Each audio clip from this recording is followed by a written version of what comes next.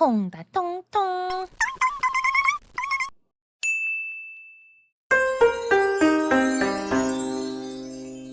고약한 옹고집.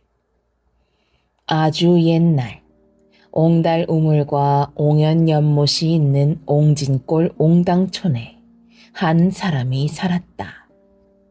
성은 옹이요 이름은 고집이었는데 그 성미가 어찌나 고약한지 풍년이 드는 것을 싫어하고 심술궂기가 이루 말할 데 없으며 모든 일에 툭하면 고집을 부리기 일쑤였다.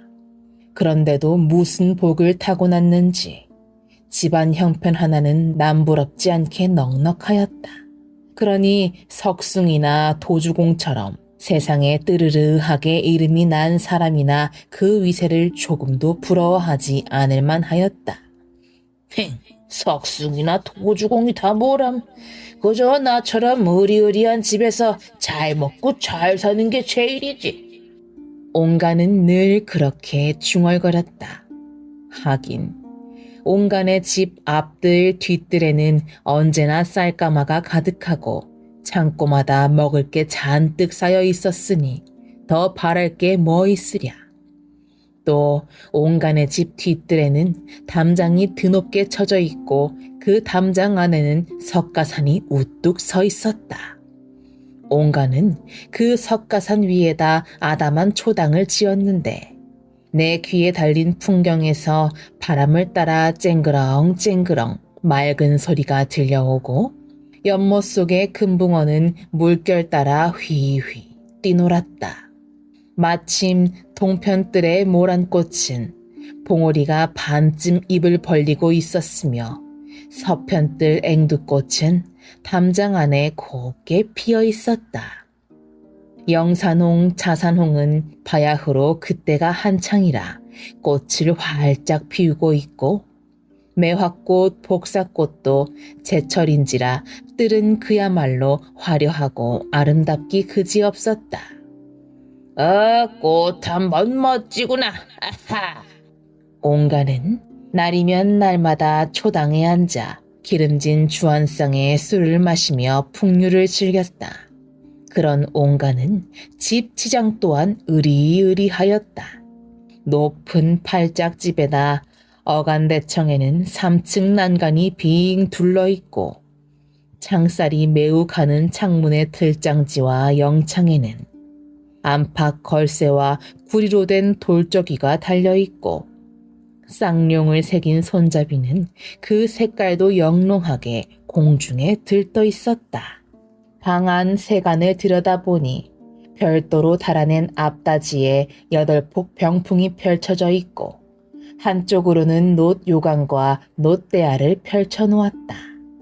며느리는 명주 짜고 딸아이는 수놓고 곰배팔이 머슴 놈은 갈대 자리를 엮고 안진뱅이 머슴 놈은 방아를 찢고 모두들 바삐 일하고 있었다. 그런데 이게 어찌된 일인가. 이 불효막심한 옹고집 놈은 80 늙은 모친이 병들어 누웠는데도 닭 한 마리, 약 한 첩도 봉양하지 않고 아침엔 밥 한 그릇, 저녁엔 죽 한 그릇을 올려 간신히 남의 구설수만 피하고 있었다. 불기 없는 싸늘한 냉방에 홀로 누운 어미는 슬피 울며 탄식했다.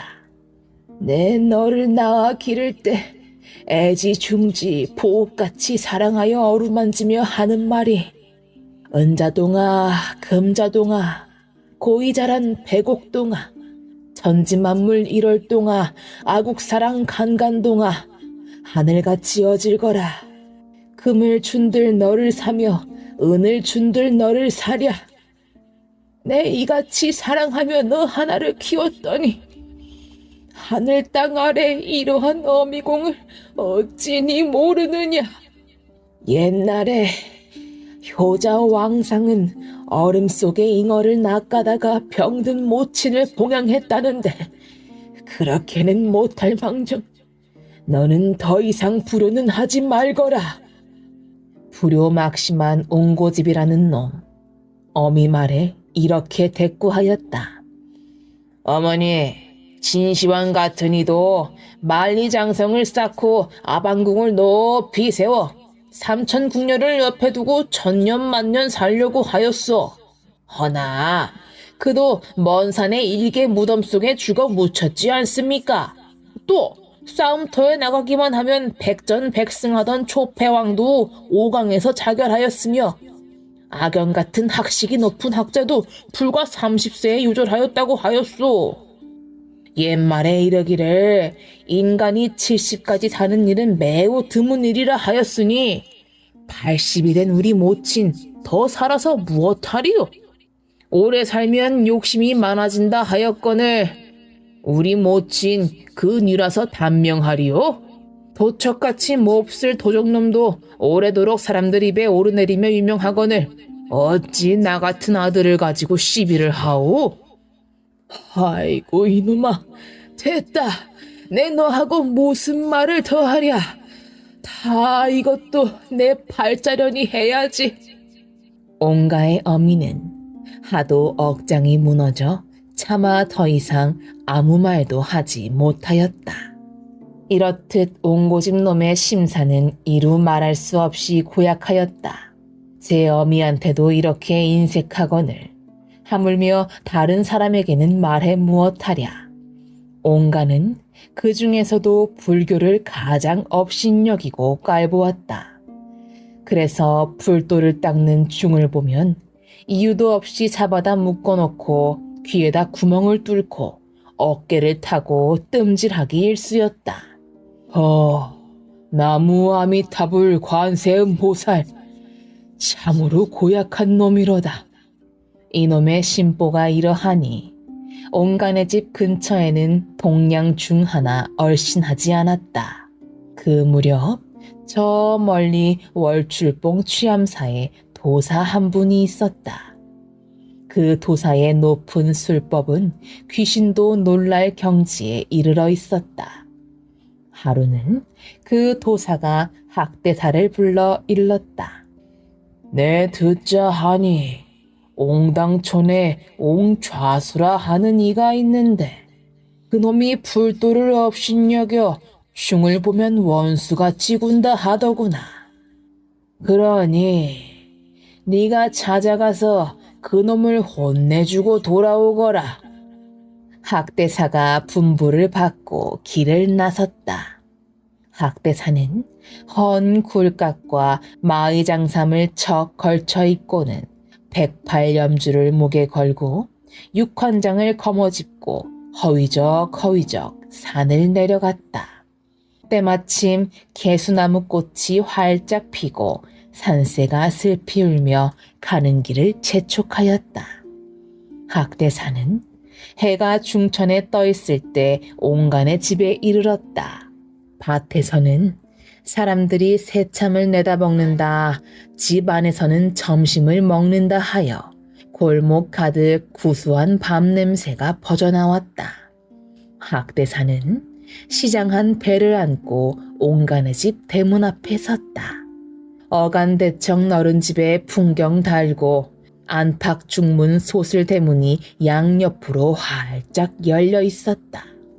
날아갈 듯한 기와집에 마당 가득 곡식이 넘쳐나는구나.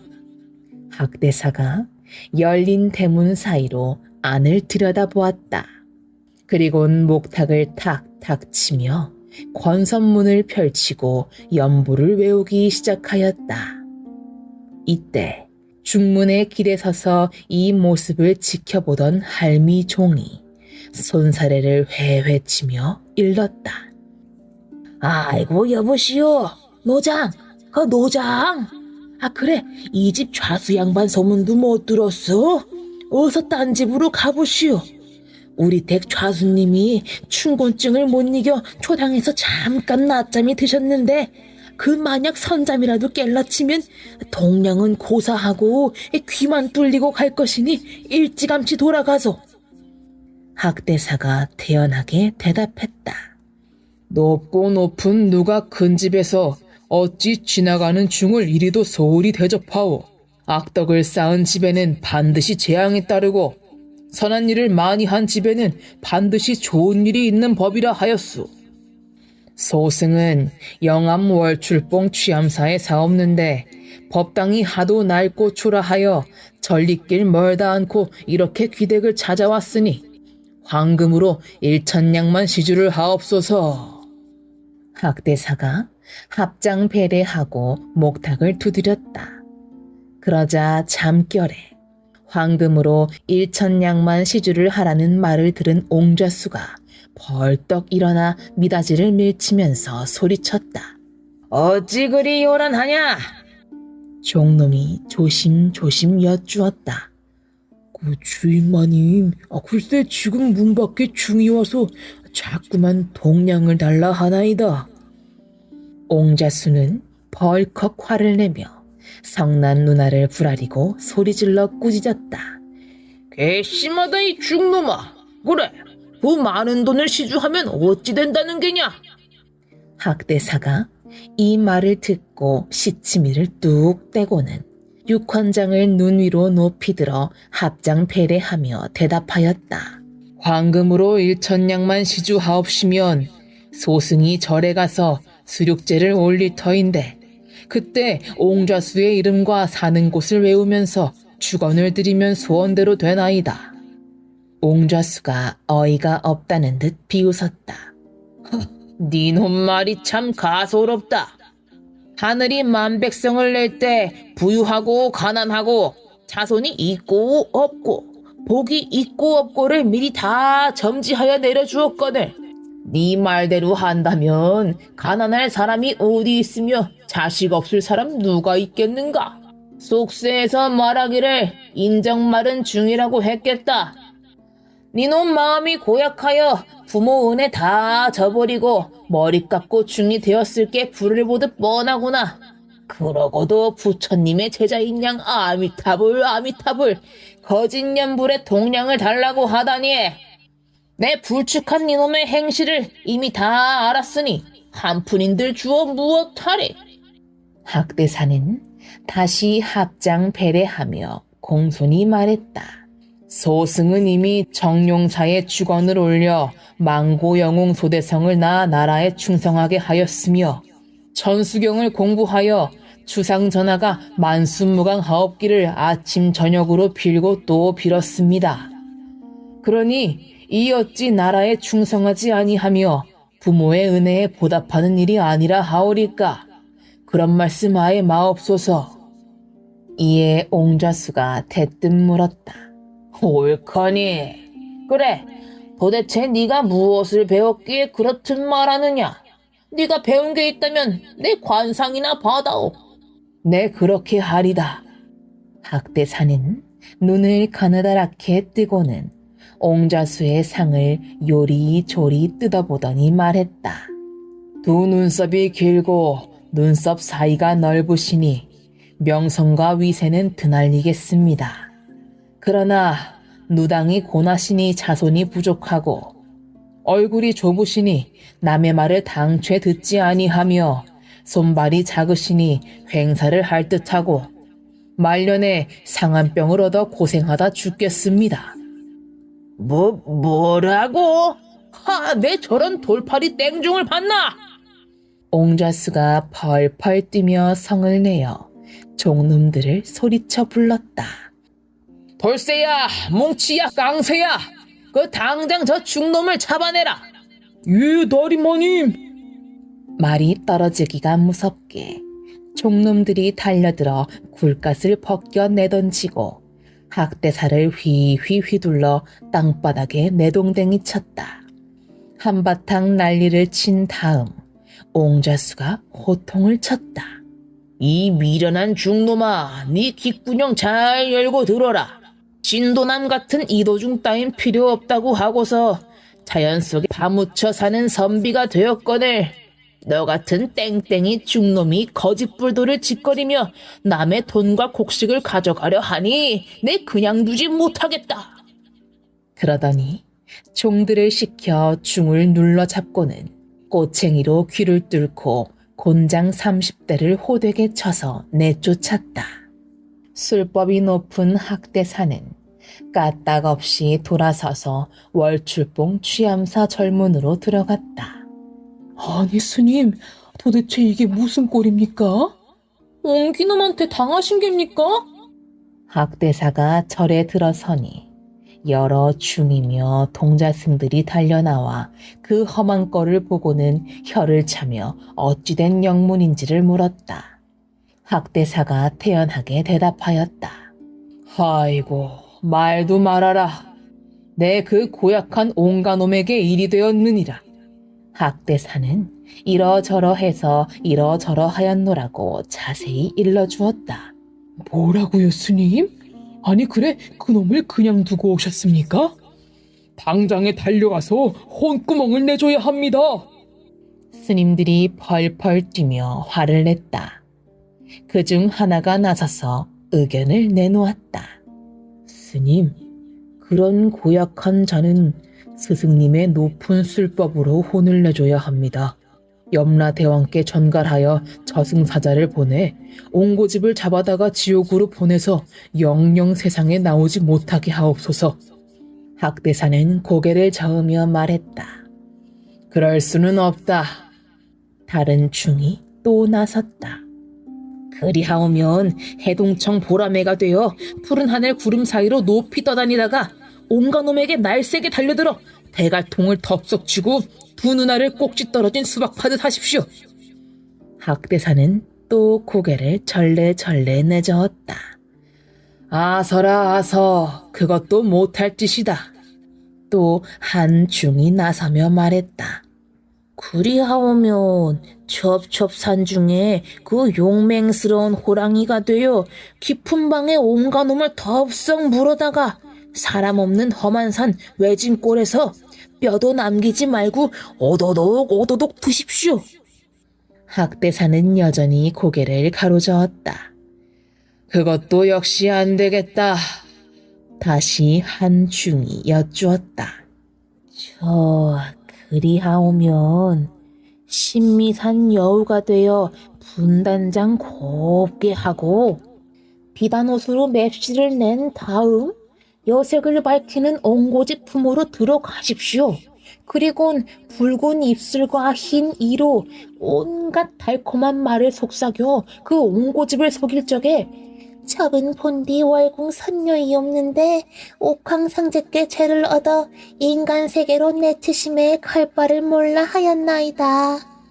그때 산신님이 불러들여 옹자수님과 연분이 있다 하옵기에 이렇게 찾아왔나이다. 하며 그 온갖 교태를 내보이게 하옵소서. 그러면 필시 여자를 좋아하는 온갖 놈이 홀딱 반하여 등 쓸고 배 만지며 온갖 희롱을 하다가 그때 찬바람을 쐬어서 이 병까지 걸려 말라 죽게 하옵소서. 학대사가 벌떡 일어나며 손을 내저었다. 아서라, 그도 못하겠다. 그러다가 마침내 술법 높은 학대사는 한 가지 괴이한 꾀를 냈다. 옳지, 내게 좋은 생각이 있다.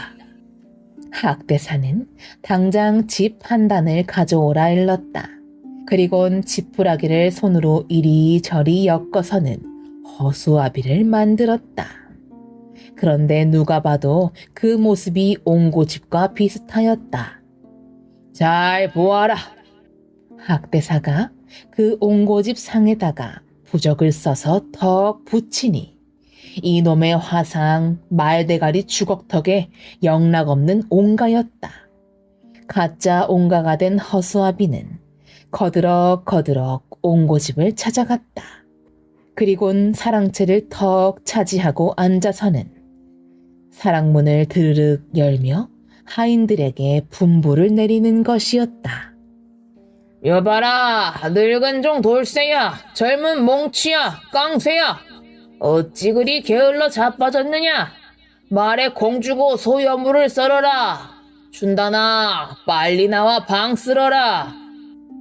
이렇게 태연하게 앉아서 호령호령을 하니 이건 이리 보나 저리 보나 틀림없는 옹좌수였다. 이때 잠시 바깥 나들이를 나갔던 진짜 옹가가 들어서며 큰 소리로 꾸짖었다. 도대체 어떤 놈이 왔기에 이렇듯 사랑채가 소란하냐? 가짜 옹가가 이 말을 듣고 나앉으며 대꾸했다. 너야말로 어떤 사람이기에 예의도 없이 남의 집에 들어와 주인 행세를 하느냐?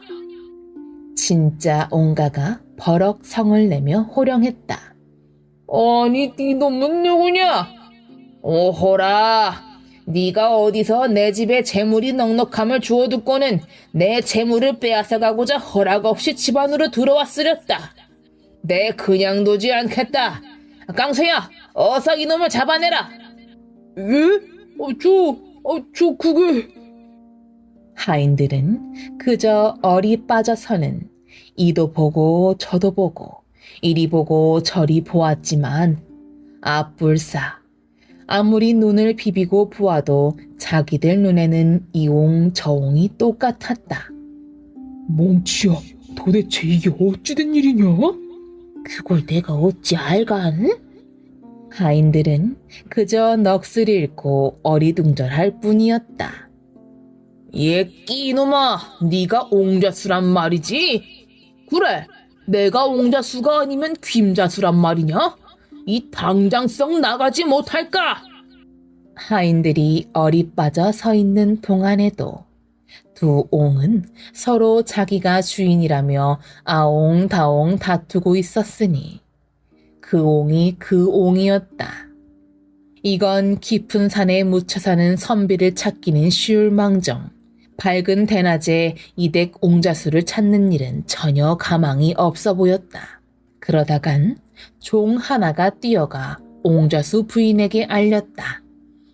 마님, 일이 났소. 아주 큰 일이 났소. 우리 댁 좌수님이 둘이 되었으니 이런 일은 난생 처음입니다. 아니, 집안에 이런 면이 어디 있겠습니까? 아니, 이놈아, 꽁지에 불이라도 붙었든? 호들갑 떨지 말고 차근차근 알아듣게 말 좀 하거라. 옹자수 부인이 야단을 쳤다. 아이고, 시마님, 지금 야단 났다니까요. 글쎄, 우리 댁 좌수가 2명이 되었답니다. 2명. 옹자수 부인은 자세한 얘기를 듣자 뒤로 나가 자빠질 듯 놀랐다. 아이고, 그게 웬 말이냐. 그래, 좌수님이 풀도를 업신여겨 중만 보면 나쁜 짓을 마구 저지르고 80 늙은 모친을 구박했는데 그래, 어찌 죄가 없겠느냐. 앙신령님이 발동하고 부처님이 도수를 부려 벌을 내리신 모양이구나. 아이고, 하늘이 내리신 죄를 사람의 힘으로 어찌하리. 진짜 옹자수 부인은 춘단 어미를 불러들여 급히 분부를 하였다. 당장 가서 어떻게 된 영문인지 알아오너라. 예, 마님. 춘단 어미는 허둥지둥 사랑채로 나가 엿보았다. 그러자 두 옹가가 네가 옹가냐 내가 옹가다 하고 서로 고집을 부리며 호령호령 하고 있는 게 아닌가. 아니, 세상에, 뉘라서 까마귀 암수를 알아보리요? 뉘라서 저 둘 중에 누가 진짜 옹자수인지 가르낸단 말인가? 두 옹이 서로 말투와 행동이 똑같고 생김도 닮아서 누가 진짜 옹자수인지 알아볼 재간이 없었다. 춘단 어미는 기가 막혀 허겁지겁 안채로 들어가 고했다. 마님, 아이고 마님, 두 좌수님이 똑같아요. 셋내는 전혀 알아볼 수가 없사옵니다. 아이고, 이게 어찌된 날벼락이란 말인가. 옹자수 부인이 탄식을 하며 생각난 듯 일러주었다. 그래, 우리 집 좌수님은 새로 좌수가 되어 도포를 성급히 입다가 그만 그 풀동이 떨어져 안전하게 구멍이 났다. 그것을 찾아보면 누가 진짜 옹자수인지 알 수 있을 터이니 다시 나가 알아오너라. 춘단어미가 다시 사랑채로 나가 사랑문을 제치며 두 옹가에게 말했다. 알아볼 일이 있사오니 그 도포를 좀 보여주십시오. 무엇 때문에 그러느냐? 그래, 어서 보거라. 진짜 옹가가 도포자락을 확 펼치니 구멍이 또렷한 것이 진짜 옹자수가 분명하였다. 그때 가짜 옹가가 뒤따라 나와 쩌렁쩌렁한 목소리로 불호령을 내렸다. 이런 요망스러운 년! 남산 위에 봉화 뜰 때 종각에서 인경을 땡땡 치고 사대문을 활짝 열 때 술라군이 서 있는 건 당연지상 아니더냐? 옛다! 그만한 표시는 나도 있다! 가짜 옹가가 도포 앞자락을 활짝 펼쳐 보이니 아뿔싸 거기에도 불똥 구멍이 있는 게 아닌가. 아이고 이걸 어쩌나? 준단 어미는 도무지 구별할 재간이 없는지라 답답한 마음으로 안으로 달려가 옹자수 부인에게 아뢰었다. 아이고 마님 이게 웬 변고랍니까? 두 좌수가 다 불똥 구멍이 있으니 생내는 도무지 알 길이 없소이다. 마님께서 몸소나가 보옵소서. 옹자수 부인이 그 말을 듣고 탄식하며 말했다. 우리 두 사람이 만났을 때 아내는 반드시 남편에게 순종하여 쫓아야 한다고 배워 서산에 지는 해를 긴 끈으로 잡아매고 살아서도 이별 말고 죽어도 한날 한시에 죽자고 하늘과 땅에 맹세하고 달림 해님으로 증인을 세웠는데 난데없이 이런 변이 생기 이게 꿈인가 생신가? 학식과 덕이 높은 공자도 한때 노나라 사람 양호에게 곤욕을 당하였다가 도로 놓여 성인이 되셨음에 자고로 그런 성인들도 한때 곤란한 일이 있었다더니 이런 변이 어디 또 있단 말인가. 내가 시집와서 이때까지 행실을 바르게 하고 소나무처럼 꿋꿋하게 살았거늘 이제 와서 두 난군을 어찌 섬긴단 말이냐. 옆에서 듣고 있던 며느리가 여쭈었다. 어머니, 이 일로 집안에 체면이 서지 않으니 이 몸이 나가 밝히겠습니다. 오냐 오냐, 영특하고 지혜로운 네가 나가 모든 걸 밝히도록 하여라. 진짜 옹고집 부인은 며느리의 등을 떠다 밀었다. 며느리는 큰 소리를 치고는 사랑채로 나가 가만히 방문을 열고 들어갔다. 그러자 가짜 옹가가 냉큼 나서서 말했다. 아가, 거기 앉아서 내 말 좀 들어보거라. 네가 창원 땅 마산포에서 혼례식을 마치고 신행을 올 적에 말 10여 마리의 온갖 살림살이를 씻고서는 길을 나서지 않았느냐? 그때 내가 뒤에서 따라올 때 일이 생각나는구나. 순말 한 놈이 앞말을 보고 좋아서 날뛰다가 그 뒤뚱거리는 바람에 등에 실은 물건이 땅에 떨어져 바삭바삭 부서지고 노똥이는 한복판이 뚫어져서 못쓰게 되었기로 지금도 벽장에 넣어둔 일을 너도 잊지 않았겠지. 그렇게 네 모든 걸 자세히 아는 내가 그런데도 헛소리를 한단 말이냐. 아가, 똑바로 보거라. 내가 바로 네 시합이란다. 나다, 나. 진짜 옹가는 가짜 옹가가 하는 수작에 하도 기가 막혀서 가슴을 탁탁 치며 말했다. 헐씨구나 저놈 보게. 내가 할 말을 제가 다 하고 있구나. 아이고 이 일을 어찌할꼬. 아가 새아기야. 두 눈 똑바로 뜨고 내 얼굴을 자세히 보거라. 네 시아비는 바로 나다, 나. 며느리가 두 옹을 보며 공손히 여쭈었다. 우리 아버님은 머리 위에 금이 하나 있고 금 가운데 흰머리가 있사오니 그것을 보여주십시오. 아가, 그렇다면 내가 바로 네 시아비가 맞구나. 진짜 옹가가 얼른 나앉으며 갓을 벗고는 머리를 풀어 머리에 난 금과 흰머리를 보여주었다.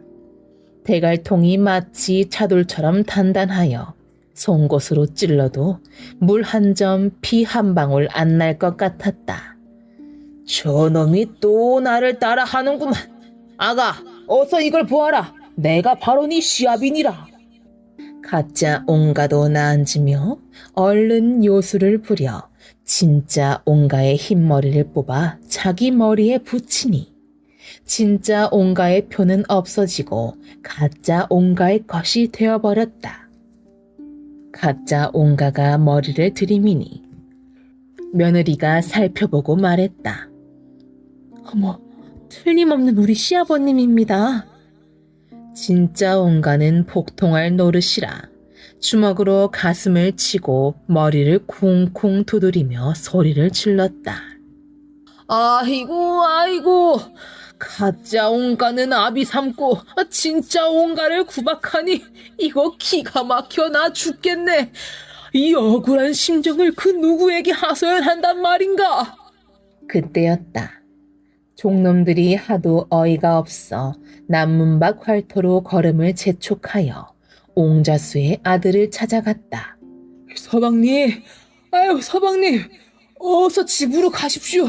일이 났소이다. 아주 큰일이요. 우리 댁 좌수님이 둘이 되었다니까요. 이놈들아, 도대체 그게 무슨 뚱딴지 같은 말이냐? 옹자수 아들이 종놈들의 말을 듣고 화살 전통을 맨 채 허둥지둥 집으로 달려왔다. 아니, 이게 어찌된 일이야? 아들은 사랑채로 들어가 이쪽도 보고 저쪽도 살펴보았으나 도대체 누가 아비인 줄 알 길이 없었다. 어리둥절해하며 서 있는데 가짜 옹가가 일어나 앉으며 재촉을 하였다. 네 어미더러 좀 나오라 하여라. 이런 변이 일어났는데 외간 남자 앞이라고 내외할 게 전혀 없다 일러라. 그러자 진짜 옹가의 아들놈이 안으로 들어가 여쭈었다. 어머니, 지금 사랑채에 궤변이 나서 아버님이 둘이 오니 어서 나가 자세히 보십시오. 그제야 옹자수 부인은 하는 수 없이 사랑으로 나가서 두 옹가를 바라보았다. 그러나 아무리 부인이라 한들 어찌 판에 박은 듯 똑같은 두 옹가를 구별할 수 있으리요. 옹자수 부인은 그저 하도 어처구니가 없어 입만 떡하고 벌릴 뿐이었다. 그때 가짜 옹가가 진짜 옹가의 아내를 보며 앞질러 말하였다. 여보, 임자, 내 말 좀 들어보소. 우리 둘이 전날 밤으로 신방으로 들었을 때 내가 먼저 그만 자자 하였더니 임자가 언짢은 기색으로 돌아앉지 않았소. 그래, 내 다시 좋은 말로 임자를 달래며 이같이 좋은 밤은 100년에 한 번 있을까 말까 한데 어찌 이리 시간을 허송하리요 하고 내가 말하지 않았어.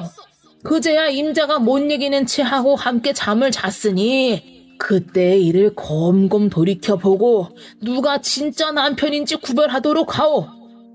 진짜 옹가 부인이 가만히 그때를 떠올려 보니 가짜 옹가의 말이 굽이 맞는 게 아닌가. 옹자수 부인은 밝은 얼굴로 얼른 말하였다. 이제 보니 당신 말이 맞소. 그러니 당신이 내 치아비가 분명하오. 뭐라고?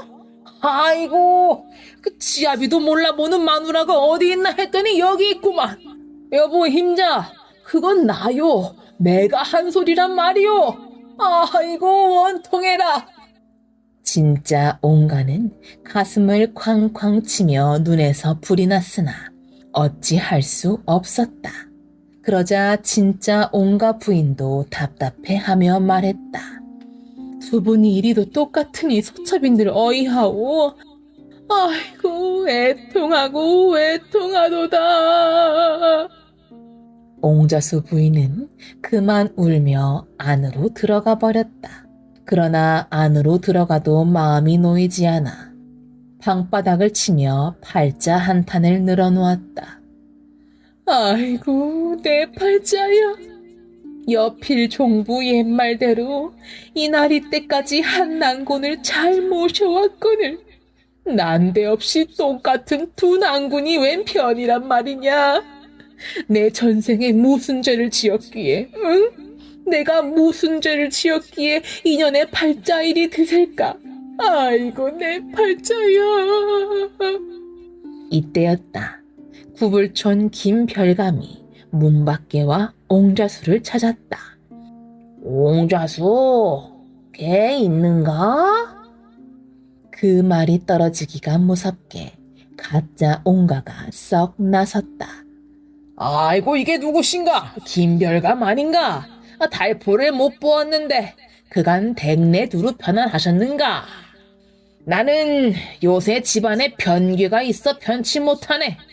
어디서 온 누구인지 생김새와 하는 짓이 나와 똑같은 자가 나타나 자기가 옹자수라며 내 재산을 몽땅 빼앗으려 온갖 계책을 부리면서 내 행세를 하니 세상에 이런 변이 어디 있겠는가? 나와 자네는 예전부터 친하게 지내는 사이니 어서 와서 명백히 분별하여 저놈을 쫓아주게. 진짜 옹가가 이 말을 듣고 가슴을 꽝꽝 치며 호령하였다. 아이고 저놈을 보게. 제가 나인 채 태연히 들어앉아 그럴듯한 말로 사람을 속이네. 이 죽일 놈아, 네가 옹가냐? 내가 옹가지? 두 옹가는 서로 자기가 진짜 옹가라며 아옹다옹 말다툼을 하였다. 김별감은 이리 보고 저리 보고 있다가 어이없어 말했다. 저렇든 양옹이 옹옹하니 이옹이 저옹 같고 저옹이 이옹 같아 내 도무지 분별치 못하겠네. 여보게들, 사실이 이럴진데 관가에 가서 사또님께 판다름을 해달라고 송사나 하여 보세. 옳거니 그게 좋겠네. 당장 가세. 두 옹은 시근덕거리며 관가로 달려갔다. 마침내 사또가 둘을 불러놓고 양옹을 이리저리 살피는데 얼굴도 똑같고 의복도 똑같으므로 도무지 알 길이 없었다. 그놈들 어찌 이리도 똑같단 말인가? 이는 필시 귀신이 고칼 노릇이로다. 사또는 곰곰이 궁리를 하다가 마침내 형방에게 분부했다. 저 둘의 옷을 벗겨보아라. 형방이 나서서 양옹을 발가벗기니 차돌 같은 대갈통도 똑같고 가슴, 팔뚝, 다리, 발이 모두 같고 불알마저 흡사하니 도무지 누가 진짜 옹자수인지 귀신도 구별 못할 정도였다. 그때 진짜 옹이 나서서 먼저 아뢰었다. 사또, 이 몸은 조상 대대로 옹당촌에서 살아왔습니다. 그런데 천만 뜻밖에도 처음 보는 저자가 이 몸과 행색을 똑같이 하고 태연히 저의 집에 들어왔지 뭡니까? 그러고는 저의 집을 제 집이라 우기고 저의 가솔을 제 가솔이라고 하니 세상에 이런 변고가 또 어디 있겠습니까? 현명하신 사또께서 저놈을 엄하게 문초하시어 옳고 그른 걸 밝혀주십시오. 가짜 옹도 지지 않고 나서서 아뢰었다. 사또마님, 제가 아뢰고자 하던 것을 저놈이 다 아뢰었으니 다시 아뢰할 말씀이 없사옵니다. 하오나 명철하신 사또께서 샅샅이 살피시어 그 거짓과 참을 가려주시옵소서. 그러면 죽어도 여한이 없겠나이다. 참으로 괴이한 일이로다. 어찌 되었든 두 옹은 입을 다물고 있으라. 사또는 양옹을 꾸짖어 입을 다물게 하였다. 그런 후에 육방의 아정과 내빈 행객을 모두 불러 두 옹가를 살펴보게 하였으나 진짜 옹가가 가짜 옹가 같고 가짜 옹가가 진짜 옹가 같아 전혀 알 수가 없었다. 이에 형방이 아뢰었다. 사또나리, 그 두 사람의 호적을 참고하여 보십시오. 그래, 그 말이 옳도다.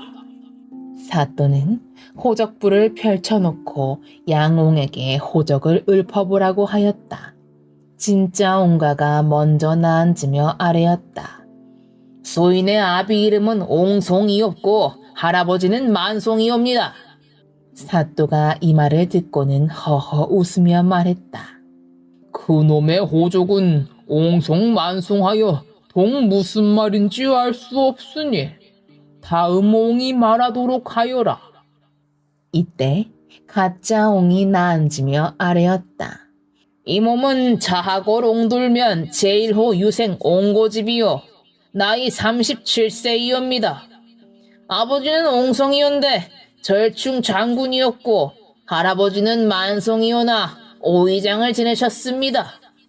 고조 할아버지는 맹송이요 보는 해주이오며 저는 진주 최씨이옵니다. 아들놈은 고리온데 나이는 19세 무인생이요 전비소생의 돌쇠가 있사옵니다.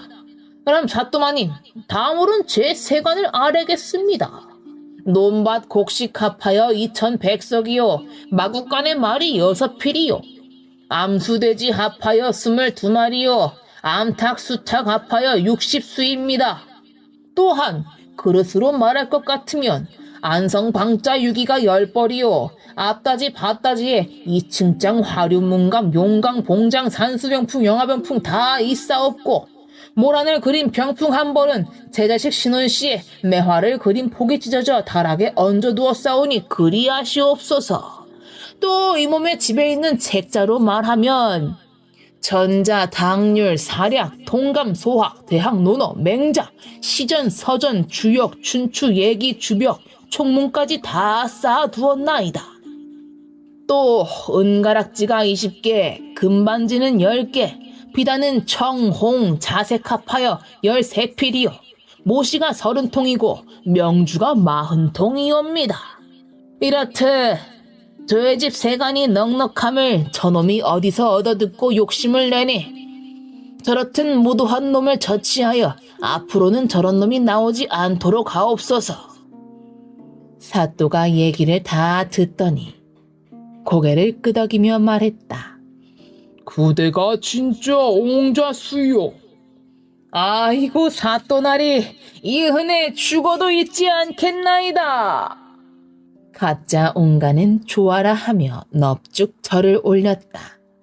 사또는 그 가짜 옹가를 당상으로 올려앉히고 기생을 불러들였다. 가짜 옹가는 입이 벌쭉 벌어져서는 술잔을 받아들고 화답하였다. 하마터면 아까운 세간 저놈한테 다 뺏기고 이런 1등 미인이 권하는 만난술을 못 먹을 뻔하였구나. 그러나 사또께서 옳고 그른 걸 다 가려주시니 그 은혜는 백골 난망이옵니다. 틈을 내쉬어서 한 차례 저의 집을 찾아오시면 후하게 대접하리다. 오냐, 내 알았네. 가짜놈은 알아서 처치하여 줌세. 사또는 뜰 아래 꿇어앉은 진짜 옹가를 불러 분부하였다. 니놈이 음흉한 뜻을 품고 남의 집 세간을 빼앗으려 하였으니 지은 죄를 보면 마땅히 귀양을 보내도 시원찮을 터이다. 허나 인정을 베풀어 가벼이 처벌할 것이니 어서 끌어내도록 하여라. 그러고는 형틀에 묶어놓고는 곤장 30대를 엉덩이가 떨어져 나가도록 매우 쳤다. 진짜 옹가는 피눈물을 흘리며 곤장을 맞았다. 그러자 사또는 엄하게 죄목을 따져 물었다. 네 이놈, 이후에도 네가 진짜 옹가라 하겠느냐? 진짜 옹가는 피가 나고 정신이 아득한 가운데도 얼른 생각을 하였다. 그래, 또다시 진짜 옹가라고 빡빡 우겼다간 분명히 곤장을 맞을 게 뻔하다. 그러다가 죽느니 거짓 고백을 하고 차라리 목숨이라도 건지자.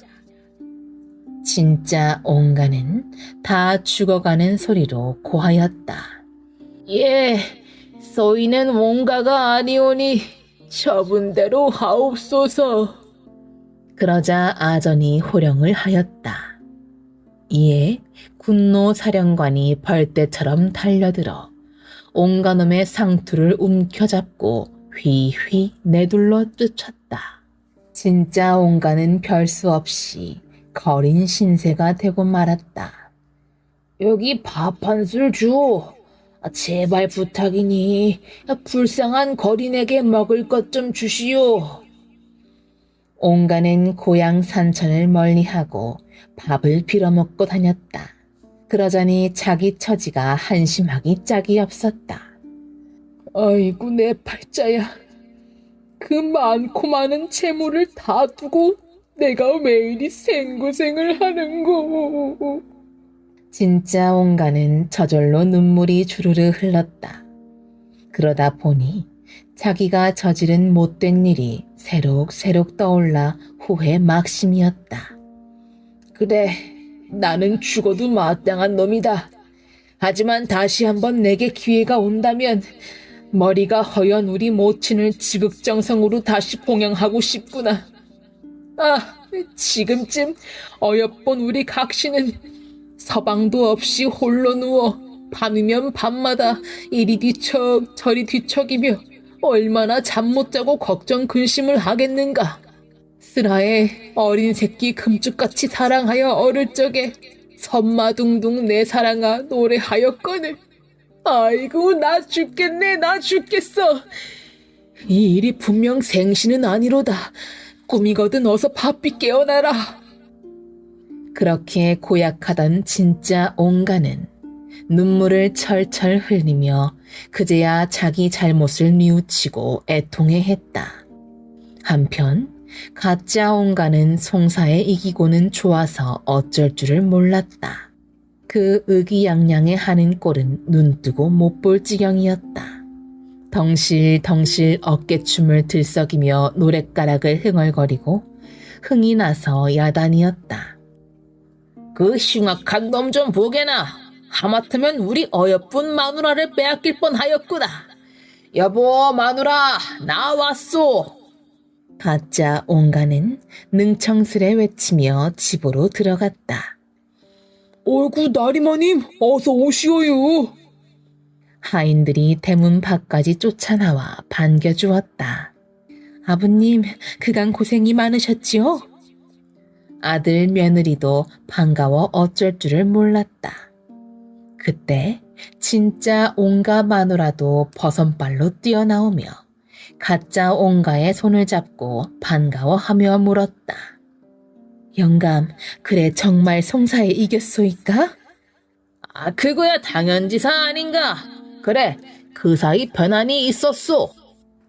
집안 세가는 고사하고 자칫하면 우리 어여쁜 만화님마저 빼앗길 뻔하였다네. 사또께서 워낙 영특하시고 똑똑히 살피셔서 이렇게 자네 얼굴을 다시 보게 되었으니 이런 기쁜 일이 또 어디 있겠는가? 어서 주안상이나 차려오시게. 아이고 영감, 여부가 있겠습니까? 옹고집 부인은 하인들에게 일러 이걸 만들어라 저걸 만들어라 하며 부엌을 들락날락해서는 한 상 뚝딱 차려내왔다.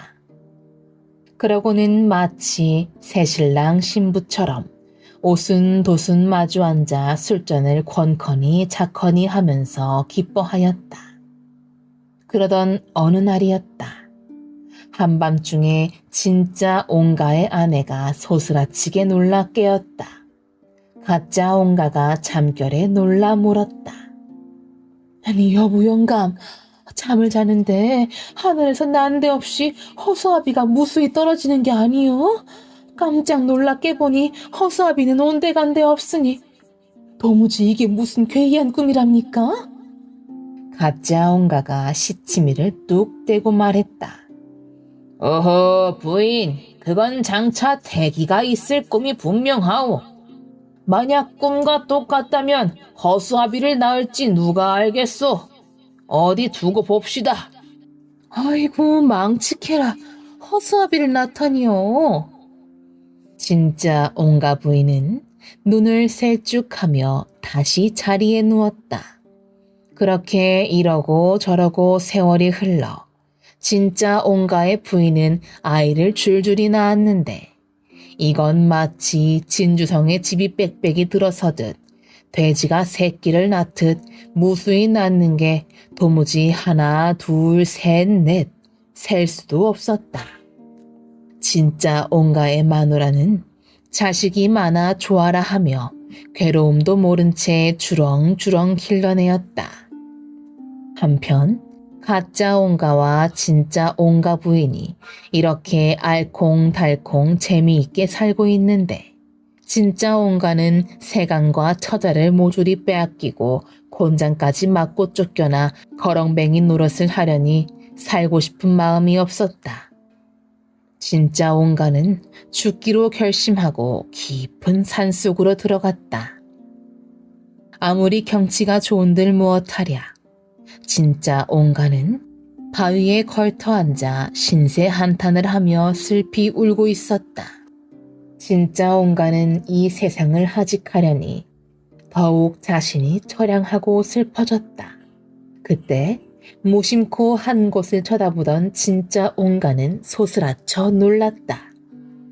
층층 절벽 높은 벼랑 위에 머리가 허연한 백발도사가 앉아 명아주로 만든 지팡이를 옆에 끼고 소나무 가지를 휘어잡은 채 앉아있는 게 아닌가.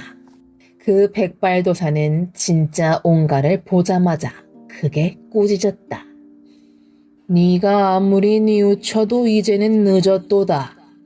하늘이 주신 벌이건을 누구를 원망하며 누구를 탓하겠는가. 진짜 온가는 이 말을 듣고 도사 앞에 나아가 합장 배례하며 애원하였다. 진짜 온가가 눈물 콧물 다 흘리며 하도 애걸을 하니 도사가 또 크게 꾸짖었다. 이런 전지간의 몹쓸 놈아, 이제 또다시 80의 병든 모친을 자디찬 방에 두고 구박하려느냐. 또 불도를 업신여겨 온갖 못된 짓을 하려느냐. 너 같은 몹쓸 놈은 응당 죽어 마땅하도다. 허나 네 사정이 딱하고 가여운 데다 아무것도 모르는 너의 처자가 불쌍하기에 풀어줄 터이니 어서 돌아가 새 사람이 되거라. 진짜 온가는 엎드려 10번 20번 절을 하였다. 그러자 도사는 부적 한 장을 써주면서 일렀다. 이제 이 부족을 몸에 잘 지니고 집으로 돌아가도록 하여라. 그러면 참으로 괴이한 일이 있을 것이다. 진짜 온가가 또 엎드려 절을 하고 보니 도사는 어느 틈에 온데간데 없이 어디론가 사라져버렸다. 진짜 온가는 공중공중 달려서 산을 내려왔다. 자기 잘못을 뉘우친 진짜 온고집은 몇 날 며칠을 걷고 걸어 마침내 고향으로 다시 돌아왔다. 멀리 날아갈 듯한 기와집에다 석가산 위에 높이 지은 초당을 보자 그만 왈칵하고 눈시울이 뜨거워졌다. 진짜 온고집은 오랜만에 정든 집을 바라보는 것만으로도 가슴이 벅차올랐다. 집을 바라보자 새삼 고약하게 굴었던 일이 떠올라 몸둘 바를 몰랐다. 진짜 온가는 서둘러 집 쪽으로 달려가서는 제 집 문전에 다다랐다. 진짜 온가는 눈물을 글썽이며 혼자 읊었다. 아, 담장 안에 저 홍련하는 주인을 반기는 듯하구나. 영산홍아, 잘 있었느냐? 자산홍아, 너도 무사하냐? 옛일을 생각하니 참으로 지난날 내가 잘못한 일이 더욱 깨달아지는구나. 그래, 내가 모든 잘못을 뉘우치고 이렇듯 옛집을 찾아와 보니 이젠 죽고 싶은 마음은 조금도 들지 않는구나. 허냐, 이제부터 늙으신 모친 잘 모시고 저 자식 잘 거느리고 불도를 닦으며 제대로 한번 살아보리라. 진짜 온가는 눈물을 흘리며 지난날의 잘못을 뉘우치며 죽을 마음은커녕 제대로 잘 살아보고 싶은 마음만 더 부쩍 일었다. 진짜 온가는 성큼성큼 대문 안으로 들어서며 크게 외쳤다. 여봐라, 가소롭다, 가짜 온가야. 내가 이렇게 다시 찾아왔다. 그래도 네가 진짜 온가라고 큰 소리를 치며 우길 테냐? 그때였다. 늙은 하인이 쫓아나와 큰 소리로 외쳤다. 아이고 좌수님, 저놈이 또 왔소이다. 또 왔소. 몹쓸 병에 걸렸는지 또 와서 저렇게 야단을 떠니 이 일을 어찌하면 좋으리까? 그러자 집안에 돌쇠, 몽치, 꺽쇠가 달려나와 금방이라도 진짜 온가를 붙잡아 내칠 듯 소리를 질렀다. 진짜 온가는 눈물이 날 만큼 서럽고 분했다. 아니 이놈들아, 너희들이 여태도 네 진짜 주인인 나를 알아보지 못한단 말이냐? 오냐, 좋다. 그래, 그게 어찌 너희들 탓이겠느냐? 이제 곧 모든 게 밝혀질 터이니 잠자코 굿이나 보고 떡이나 먹도록 하여라. 그 냉큼자리 비키거라. 옹자수는 하인들을 밀치고 안으로 성큼성큼 들어섰다. 이게 어찌된 일인가? 하인들이 아무리 불러도 가짜 온가는 대답이 없었다. 하인들이 이상하게 여겨 가만 사랑채로 가서는 조심스레 문을 열어보았다. 그런데 이게 어찌된 일인가? 사랑채에 앉아있던 가짜 온가는 온데간데 없고 난데없는 집 한 단이 놓여있는 게 아닌가? 진짜 온가가 부적을 몸에 지니고 대문으로 썩 들어설 때 이미 가짜 온가는 스르륵 집단으로 변해버렸던 것이었다. 하인들이 부랴부랴 안채로 들어가 그 사실을 알렸다.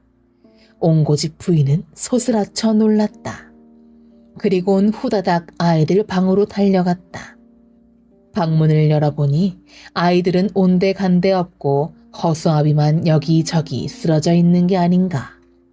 진짜 온가가 부적을 지니고 대문을 들어서는 순간 가짜 온가와 줄줄이 낳은 자식들도 순식간에 허수아비로 변해버린 걸 부인이 알 턱이 없었다. 진짜 온가의 부인이 허수아비로 변한 아이들을 안고는 땅바닥을 치며 슬피 울고 있었다. 온 집안이 울음바다가 된 걸 보며 진짜 옹고집은 하인들을 향해 외쳤다. 에헤, 이놈들아, 이제야 내가 진짜 옹고집이라는 걸 알겠느냐? 아이고 나리마님, 죽을 죄를 지었습니다. 부디 용서해 주십시오. 저희는 그만 귀신에 홀린 것만 같아요. 됐어. 다 지나간 일이로다. 진짜 옹고집은 너그럽게 하인들을 용서하였다. 그러자 하인들은 눈이 휘둥그레졌다. 예전에 옹고집이라면 곤장을 때리고 내쫓아도 마땅했을 텐데 그렇게 인자하게 넘어가는 게 아닌가. 그러는 사이 진짜 온가는 부인을 보고 능청스럽게 인사를 건네었다. 부인, 그래, 그동안 어떻게 지냈소? 슬피 울던 부인의 눈이 휘둥그레졌다. 진짜 온가의 부인도 얼이 빠져 있었다. 아들과 며느리도 이게 꿈인지 생시인지 알 수가 없었다. 글쎄, 내가 가짜 온가놈한테 쫓겨나서는 집을 나가 여기저기 정처 없이 떠돌다가 하루는 하도 어처구니가 없고 저랑하여 죽기를 작정하고 깊은 산속으로 들어가지 않았겠느냐. 그런데 그때 진짜 온가는 그동안 있었던 일을 하나도 빠짐없이 집안 식구들에게 죄다 들려주었다. 그제야 온 집안 사람들이 모든 걸 다 알았다는 듯 손뼉을 치며 웃었다. 이제 다시 집으로 돌아온 진짜 옹좌수는 의기양양하게 안채로 들어가 부인에게 넌지시 물었다. 마누라, 그 사이 허수아비 자식을 저렇듯 무수히 낳았으니 그동안 얼마나 즐거웠는가? 그 가짜 온가랑 한 상에서 밥도 같이 먹었는가? 부인은 진짜 온가를 맞이하여 한편으로는 반갑기 그지없었으나 또 한편으로는 지난 일을 생각하고 매우 부끄러웠다. 그 후 옹좌수는 늙으신 모친을 지극정성으로 모셨다. 모친의 방에다 뜨끈뜨끈하게 불을 넣어드리고 끼니 때마다 온갖 맛있는 음식을 해바치고 철 따라 비단에다 명주에다 무명에다 가진 옷을 해올리며 효도를 하였다. 뿐만 아니었다. 불도를 공경하여 잘못을 뉘우치고 어디선가 스님만 나타나면 달려가 집으로 모셔왔다. 또 고을에 어려운 사람이나 가난한 이웃이 있으면 모른 채 하지 아니하였다. 옹고집은 어려운 사람들에게 쌀을 퍼다준다, 옷감을 갖다준다 하며 발벗고 나서서 도와주었다. 그러니 누가 옹고집을 고약하다 하겠는가. 고을 사람들은 모이기만 하면 입에 침이 마르도록 옹자수를 칭찬하였다. 물론 옹자수는 그 후 아들, 딸을 많이 낳고는 오래오래 행복하게 잘 살았다.